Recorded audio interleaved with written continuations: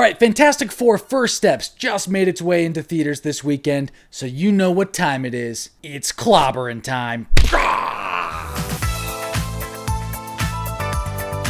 Okay, Fantastic Four First Steps. This is the beginning of a new era for the Marvel Cinematic Universe, or at least it feels that way. This film is directed by Matt Shakman, who, after a quick IMDb search, I discovered has never directed a feature film in Hollywood before. It also stars as Reed Richards, Pedro Pascal, Vanessa Kirby, Joseph Quinn, and Eben Ross Bachman, who is from the acclaimed show The Bear, which I love. This takes place in a fictional version of New York City from the 60s, which is inspired by like that classic sci-fi boom types of movies that came out in the 60s. It's very much like Tomorrowland that you would find at Disney, which I feel was a really great setting for this movie. I didn't anticipate it to have a lot of these futuristic elements, but they're all still very analog, so the tech was unique and interesting again instead of just kind of boring modern futuristic tech. The Fantastic Four have been around for 4 years doing their different superhero adventures. This is set in the 818 universe, which is supposed to be different than the current Marvel Cinematic Universe. And honestly, I don't care about any of that anymore because I'm just kind of done with the whole multiverse. I just want to go to the movie theater and just see a contained movie that doesn't feel like it has a prerequisite of 10 other movies and TV shows before I enter it, and that will be setting up another 10 movies or TV shows. And to my liking, this movie didn't have that feel to it. It actually felt like its own unique stories. So anyways, our Fantastic Four are defenders of Earth, and everyone in the world seems to be aware of who they are and praises them and looks up to them.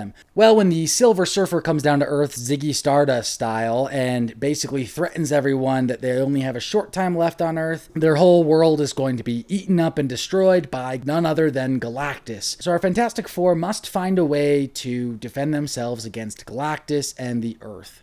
It's been a very long time since I've watched a superhero movie and felt the kind of stakes that this film had. And I credit that to the fact that they spent so much work doing character setup and doing that by, really creating characters that felt nuanced and flawed. And by 30 minutes in, I really loved these Fantastic Four, and I felt a sense of connection with them that was really tight. And I'll tell you, Galactus was intimidating as hell, which I again was surprised by because there's been countless villains in these superhero movies that are just forgettable, and these end of the world stakes just end up becoming like mind-numbing action a lot of the times that it's mostly uninteresting for the most part in other superhero films. About half hour, 45 minutes into this movie, the whole film took a turn towards being anxiety-inducing stress, or at least for me. I felt like this was very edge of your seat. I don't know what's going to happen to our characters, and I really don't know how they're going to get out of this situation. So props to the writers here. All that being said, I also felt there was a lot of great comedy and lightheartedness. It reminded me of the other great recent superhero movie I saw 2 weeks ago, Superman. It was the type of humor that didn't feel like it was trying to be self-referential or the typical Marvel humor that we've been getting. So this movie just felt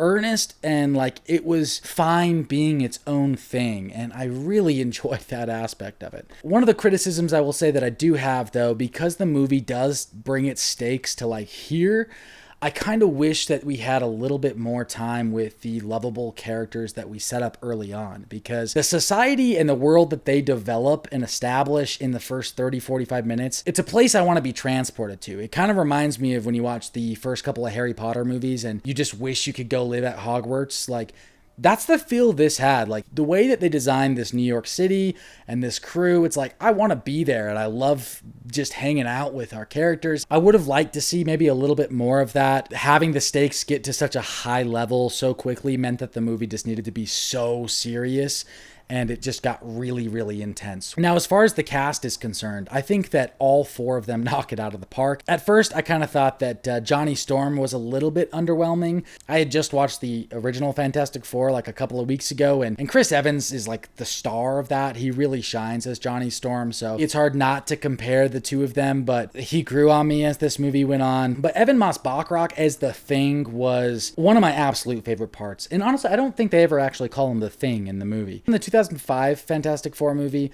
Ben Grimm as the Thing, his character was always really frustrating to me because the way that his wife left him, and then he was just so like self-hating and so angry, which I understand is part of his character, but I really loved how at this stage of the storyline we got a more lovable and endearing Thing who you can tell he worked through all of the trauma of losing his identity and dealing with being the Thing, and that he's still very self-conscious out in the real world about it.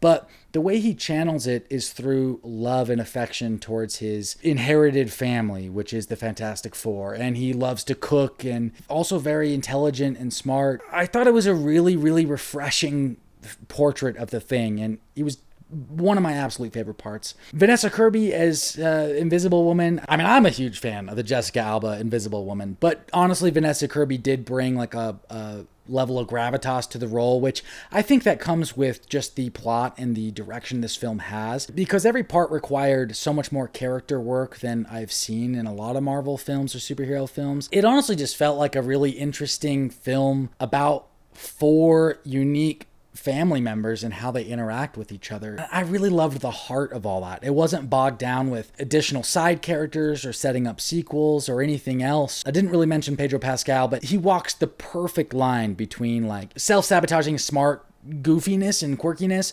with actual charm. He's such a perfect portrayal of the character. I absolutely love him in it. And the Silver Surfer being a female, I mean, I'm not familiar with the comics with that, but having a female Silver Surfer and her overall character arc, I actually thought was really unique and interesting too. So one of the things that still kind of stands out to me about Marvel that I wish that they could figure out is the color palette of these films. The first Iron Man was the last like bright, beautiful, colorful Marvel film, and then they started to come up with the Marvel color grade, which they've done ever since, and it's just this kind of flat gray look. And this movie has so much to offer color-wise. Bright blues contrasted with silver and white that would have looked really cool if it was just extra contrasty and poppy.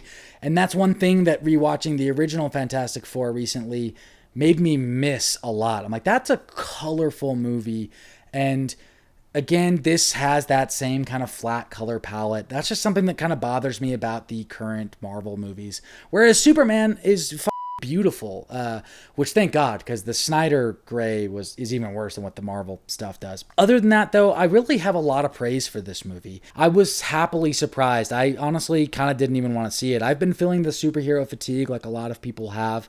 And James Gunn said it best. He doesn't believe in superhero fatigue. He believes in bad movie fatigue. And man, I agree with that. So I'm going to give this movie 4 Fantastic Fours. And when he times them together, that makes 20. And that's out of 25, baby. So, yeah. Fantastic Four First Steps. Have you seen it? Did you like it? What's your favorite Fantastic Four movie? Do you miss Jessica Alba being in these? Because I do. Anyway, we'll catch you guys in the next video. Love you. Thank you. Subscribe, like.